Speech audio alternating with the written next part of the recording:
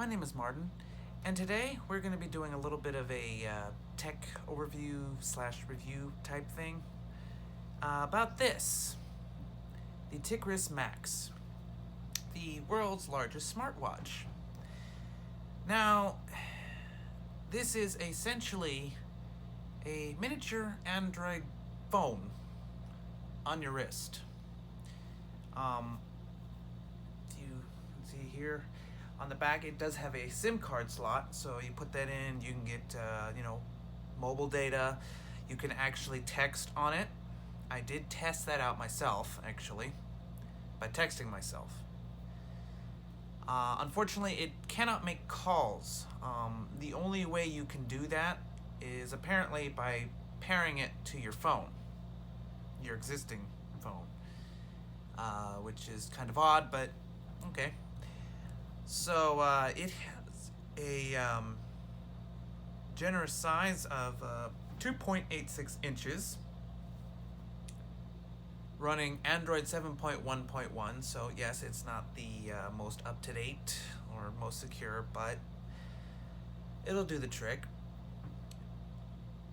Now, right now I have the watch face as this, kind of like a little Windows phone type deal.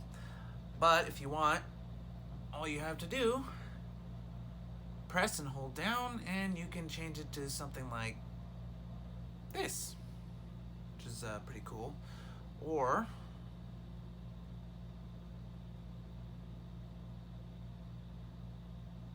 something like that, which I think is a bit more aesthetically pleasing. As it is marketed as a smartwatch, it has some of your basic smartwatch features such as step counting, heart rate monitoring, and the like.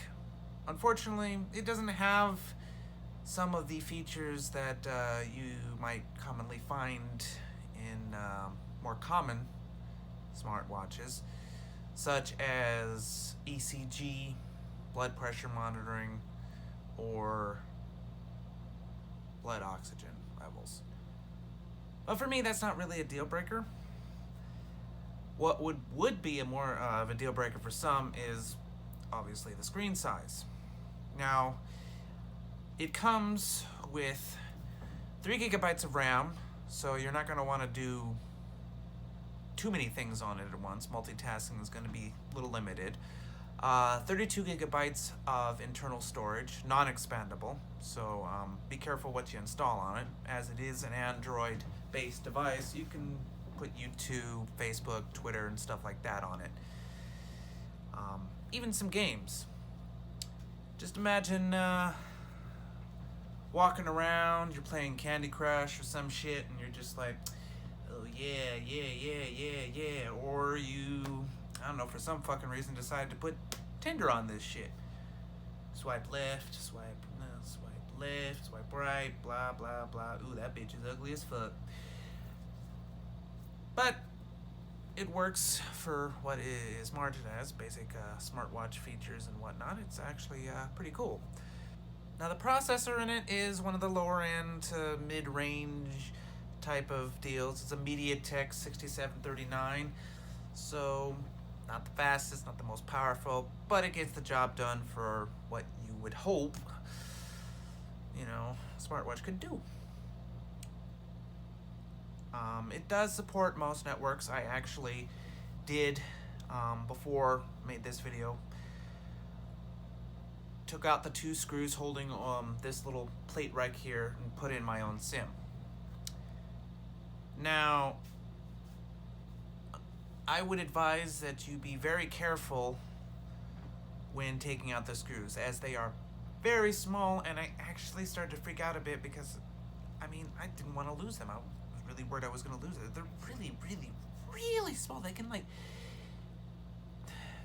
lost inside your fingernails, or under your fingernails.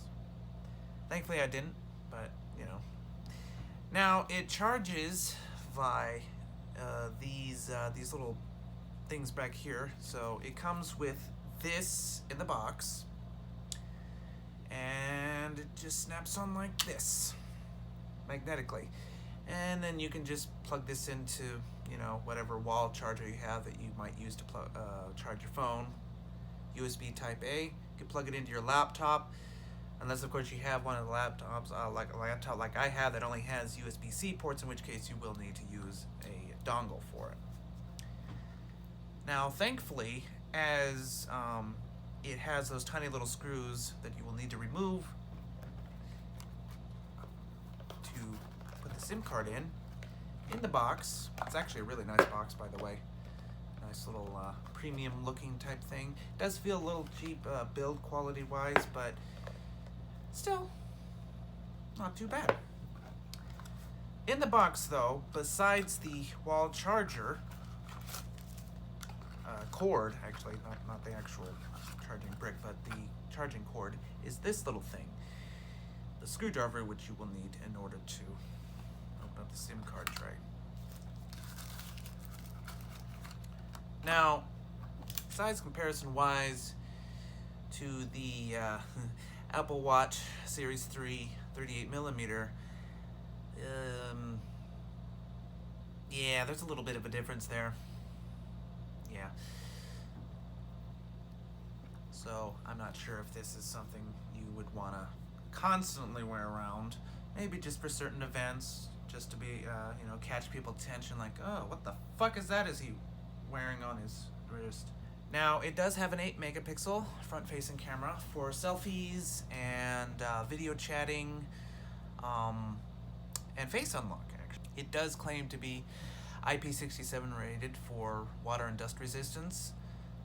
The watch band is actually replaceable, 32mm, so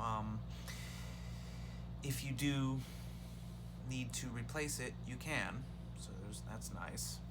Battery capacity is 2880 milliamp hours, so should last you quite a bit, unless of course you're doing a lot of things on it, like, well, whatever you would do on an Android smartphone, or any smartphone for that matter.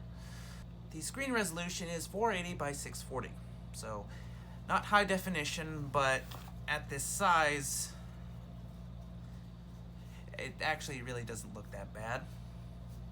Looks actually kind of crisp, to be honest. So yeah, at that size, you're really not going to notice that much. As screen sizes get bigger, that's where you start to notice. Like, say you had your standard 5.5-inch smartphone or above. If it was only 480 by 640, you would notice it then. Take, for instance, that TV behind me. If that was only 480 by 640, you would definitely notice. Say hello to Luna, everyone.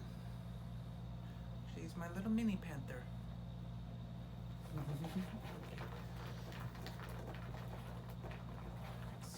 I will be leaving a link in the description for the Banggood listing,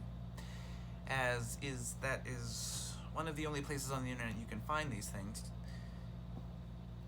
It's mostly featured on those Chinese e-retailers like Banggood, GearBest, or AliExpress. However, you can actually find them on eBay as well. But every once in a while, Banggood will have a little bit of a sale. Like, I was able to get this for about close to 50% off. So, and if you choose to get the standard shipping option, it will take a few weeks. Mine took about a month to get here from China, but your mileage may vary. So yeah, that is my quick overview / review of the TicWris Max. See you in the next one.